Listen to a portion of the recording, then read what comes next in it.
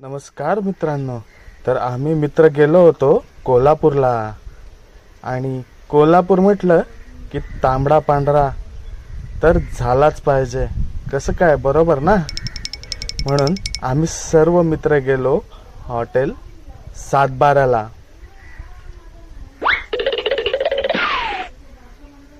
Hotel सातबाऱ्याबद्दल बोलायचं झालं तर ॲम्बियन्स तर एकदम मस्तच होता.